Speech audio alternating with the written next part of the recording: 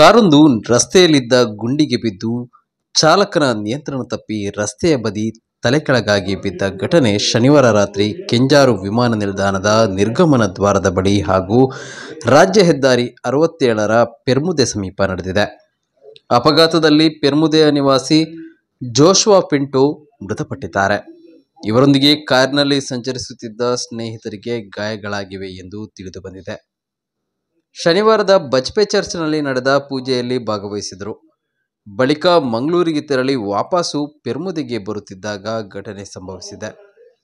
Joshua Pinto April 20ರಂದು Easter ಹಬ್ಬಕ್ಕೆ ಬೇಕಾದ ಸಾಮಗ್ರಿಗಳನ್ನು ಖರೀದಿಸಿ ಮಂಗಳೂರಿನಿಂದ ತನ್ನ ಮಿತ್ರರೊಡನೆ ಕಾರಿನಲ್ಲಿ ವಾಪಸ್ ಪೆರ್ಮುದೆಗೆ ಬರುತ್ತಿದ್ದರು. ಈ ವೇಳೆ ರಸ್ತೆಯಲ್ಲಿನ ಹೊಂಡಕ್ಕೆ ಕಾರು ಬಡಿದು ನಿಯಂತ್ರಣ ಕಳೆದುಕೊಂಡು ತಿರುವಿನಲ್ಲಿ ತಲೆಕೆಳಗಾಗಿ ಮಗುಚಿ ಬಿದ್ದು ಈ ಅವಘಡ ಸಂಭವಿಸಿದೆ ಎನ್ನಲಾಗಿದೆ. ನಿಸ್ವಾರ್ಥ ಸಮಾಜ ಸೇವೆಯ ಮೂಲಕ ಮನೆ ಮಾತಾಗಿದ್ದ ಜೋಶುವಾ ಪಿಂಟೋ ಬಜ್ಪೆ ಚರ್ಚ್ ಸದಸ್ಯರಾಗಿದ್ದರು. ಘಟನೆಯಲ್ಲಿ ಇನ್ನೊಬ್ಬರ ಕೈ, ಕಾಲಿಗೆ ಸ್ವಲ್ಪ ಗಾಯಗಳಾಗಿವೆ. ಈ ಘಟನೆ ರಾತ್ರಿ ನಡೆದ ಕಾರಣ ಹಾಗೂ ಕಾರು ಹೆದ್ದಾರಿಯ ಕೆಳಗಡೆ ಗುಂಡಿಗೆ ಬಿದ್ದಿದ್ದ ಕಾರಣ ಯಾರಿಗೂ ತಿಳಿದಿಲ್ಲ. ಕಾರು ಹೆದ್ದಾರಿಯ ಬದಿಯ ಆವರಣ ಗೋಡೆಯನ್ನು ದಾಟಿ ಕೆಳಗೆ ಬಿದ್ದಿದೆ. ಮಂಗಳೂರು ಉತ್ತರ ಸಂಚಾರ ಪೊಲೀಸರು ಪ್ರಕರಣವನ್ನು ದಾಖಲಿಸಿಕೊಂಡಿದ್ದಾರೆ.